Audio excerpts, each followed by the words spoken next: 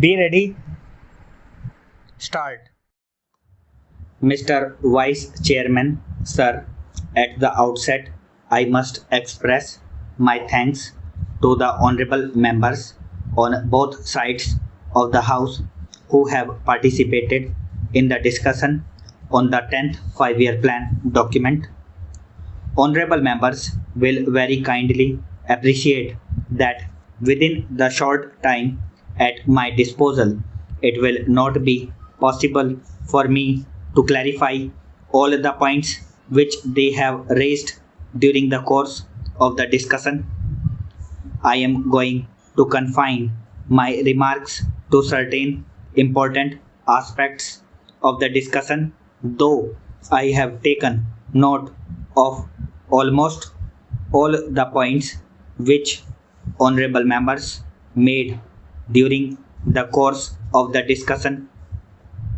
At the outset, I must also say that one of the honorable members was pleased to ask what is the purpose of having this kind of a discussion 1.5 years or almost 2 years after the plan has started.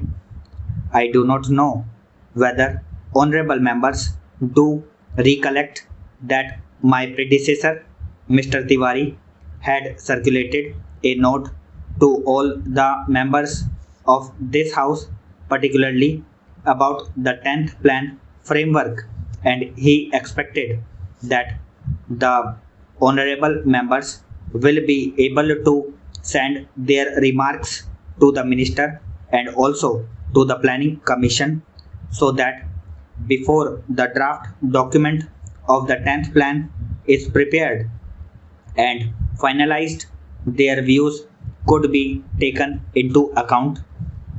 How many members sent this kind of information is a matter which I will have to inquire into, but that exercise was gone into and now the plan was finalized in February 2001, and thereafter we have taken the earliest possible opportunity to see that the plan is discussed in both the houses.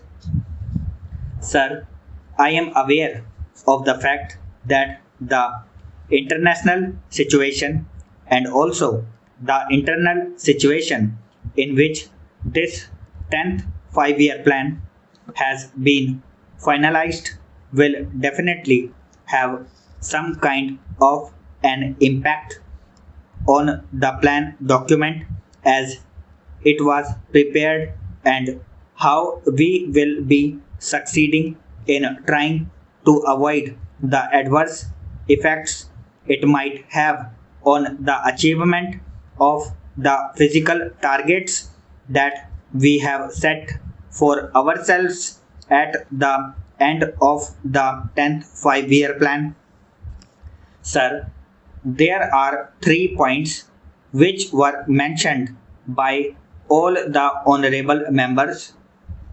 The first was that the plan was prepared with 1999-2000 as the base year, and thereafter there has been a price rise of a considerable order. Sir, the first thing which I would like to clarify is about the inflationary trend which has set in.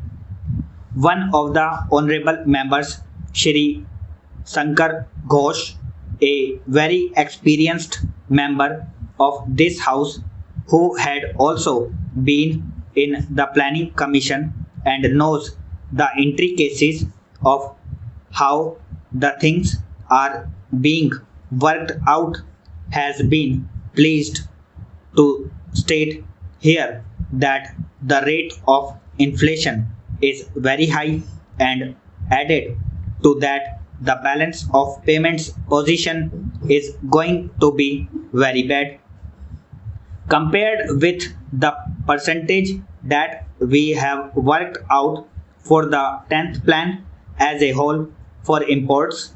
For the first year, the import bill has risen very high. Then how is this assumption going to be correct? That is the point, and a very valid point, which he raised during the course of the discussion. Sir, he also mentioned about the Honorable Finance Minister making his speech at Kanpur, wherein he seems to have made a reference that a little inflationary trend is kind of a stimulant to the economy. Sir, the inflationary trends we cannot view in isolation. Honorable Shri Shankar Ghosh will definitely agree with us that there are two factors which will have to be taken into account. The first factor is the international situation which is now obtaining. Secondly, whether we like it or not, we have to import the oil products. If they are to be imported, can we take a serious view of the situation? That is a thing which I am sure most of the honorable members there will be able to appreciate.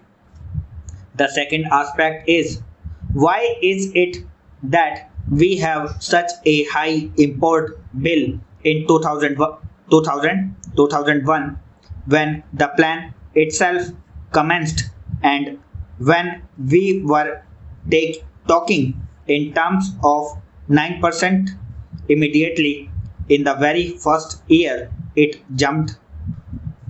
I am sure that most of the honorable members are aware of the fact that it is on account of the kind of legacy that this government got.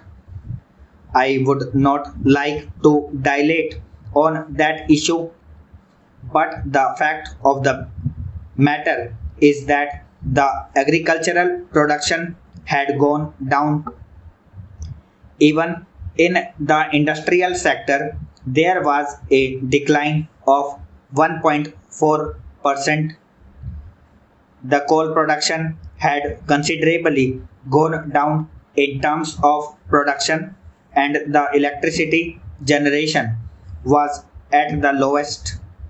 If we had to make a beginning, which in fact is within the control of the government of India, with these infrastructural facilities which will have to be provided both in the agricultural sector and the industrial sector, concerted efforts will have to be made. Stop.